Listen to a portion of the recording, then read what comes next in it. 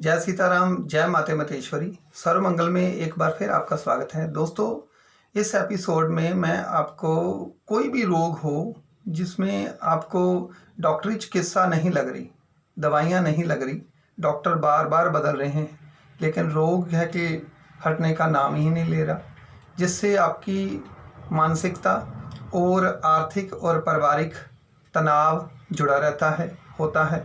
स्वाभाविक है, परिवार भी ग्रस्त होता है। एक पेशेंट होता है लेकिन उसके साथ सारा परिवार जो है वो दुखी होता है। दोस्तों, घबराने की ज़रूरत नहीं। ऋषियों मुनियों के वक्त भी विज्ञान, मेडिकल साइंस नहीं थी, लेकिन ज्योतिष शास्त्र के द्वारा गणना करके रोगों से निजात पाई जाती थी। और अनादिकाल से भी ज्योतिष शास्त्र के द्वारा असाध्य से असाध्य रोगों के लिए उपाय कर करके निजात दी गई है। तो आप भी ना घबराएं, इस एपिसोड को देखें। ये शोध ऋषि मुनियों का ही है जो ज्ञान मैं आप तक पहुंचा रहा हूं। हाँ, उन माँ भगवती की कृपा से मैंने हजारों कुंडलियां देखी हैं जिसके अंदर रोगग्रस्त लोगों को उपाय करवाए हैं। ये उपाय करवाने के बाद रिज़ल्ट सामने मिला है और सकारात्मकता उनके जीवन में आई है, ये भी मैंने देखा है। आप भी किसी भी रोग से अगर ग्रस्त हैं, जीवन में कष्ट भोग रहे हैं, तो घबराने की ज़रूरत नहीं है। आप ये उपाय ध्यान से समझ लें और इन्हें करें। किसी भी प्रकार की मुश्किल नहीं है, बिल्कुल आसान उपाय हैं। बस बात समझने की है, आपकी आस्था की है, आपके विश्वास की है। बेशक आप थक चुके हैं, हार चुके हैं, लेकिन कोई भी चिंता लगाने की बात नहीं है। आप करें और माँ भगवती जल्द ही आपको, किसी भी अगर आप रोग से ग्रस्त होकर चल रहे हैं तो आपको निजात मिलेगी। तो दोस्तों, शुरू करते हैं। दोस्तों, पहला उपाय है कि अगर आप किसी भी रोग से ग्रस्त हैं, दवाइयाँ ले रहे हैं लेकिन दवाइयाँ असर नहीं करी, जितनी देर खाते हैं ठीक रहते हैं लेकिन फ़र्क नहीं पड़ रहा, तो कोई बात नहीं दोस्तों, ये उपाय करें। मार्केट में आपको लाल रंग का सेब मिल जाता है जो बिल्कुल लाल होता है, रेडिश रंग लिए होता है। उस पर आपने 9 लौंग ले आने हैं, साबुत लौंग एक एक करके आपने एप्पल के राउंड में, सेब के राउंड में आपने लगाने हैं। किसी भी नुकीली पिन से छेद कर लें तो राउंड लगाने हैं आपने, किसी भी दिशा से की तरफ से लगा लें। ये नहीं कि क्लॉकवाइज लगाने हैं, एंटी क्लॉकवाइज लगाने, इसके ऊपर कोई भी टिप्पणी नहीं है।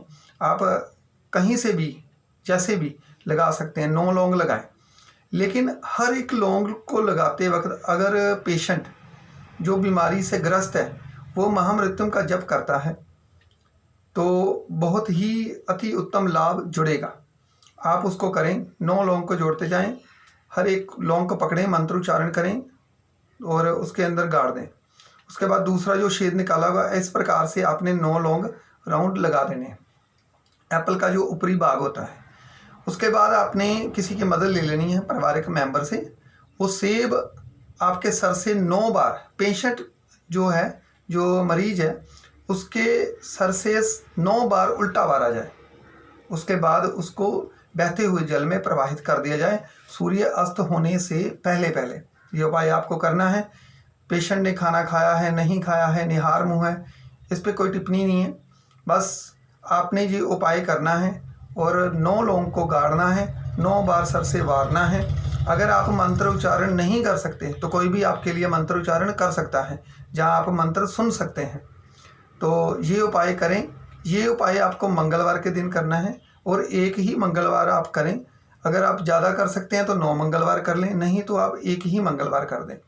उसके बाद दूसरा उपाय है दोस्तों, आप अगर मंदिर जा सकते हैं या मंदिर जाते हैं तो इस उपाय को शामिल कर लें।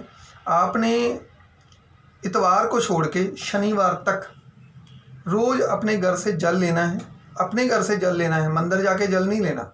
आप घर से लोटा लें, घर से ही जो पानी आप पीते हैं साफ शुद्ध जल उसके अंदर भरें, कच्ची लस्सी बना लें, घर के अंदर ही रह के हुए तिल डाल लें और आप मंदिर में जाएं।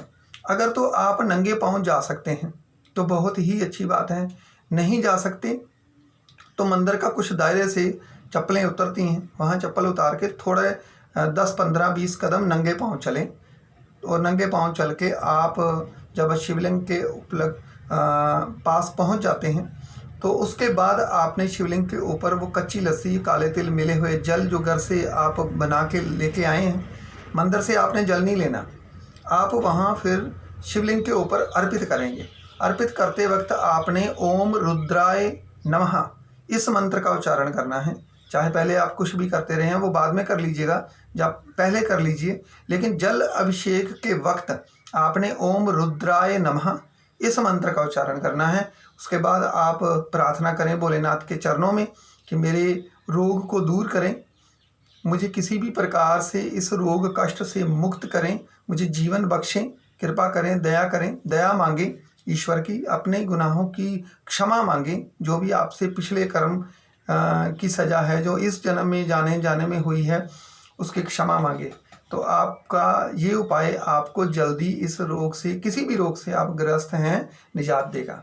दोस्तों तीसरा उपाय है, आपने अपने रोग को बिल्कुल साफ पेपर ले लें, बिल्कुल ब्लैंक वाइट पेपर ले लें और आप किसी भी इंक के कोई भी इंक हो सकती है, ब्लैक, ब्लू, रेड, कुछ भी हो सकती, कोई भी हो सकती, पेंसिल से लिख सकते हैं आप। वो ब्लैंक पेपर वाइट पे लिखें, अपने रोग को लिखें कि मैं इस रोग से ग्रस्त हूँ, मुझे इस बात का बहुत दुख है, ये लिख दें। ये लिखने के बाद उसको बर्न कर दें, जला दें उसी वक्त। ये उपाय आप जितना कर सकें, हर 15 मिनट बाद करें, हर 20 मिनट बाद करें, हर आधे घंटे बाद करें, लेकिन इकट्ठे लिख के नहीं रखना। आपने जब ही जलाना है तभी लिखना है, लिखा और जलाया, अधूरा नहीं छोड़ना है, लिख के पहले नहीं रखना।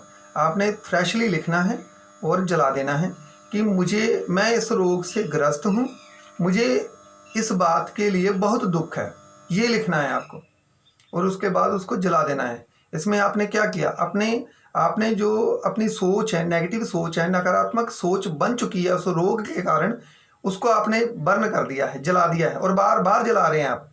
ये आपने करना है। ये तीसरा और आखिरी उपाय था, बहुत ही सटीक उपाय है, आप करके देखें।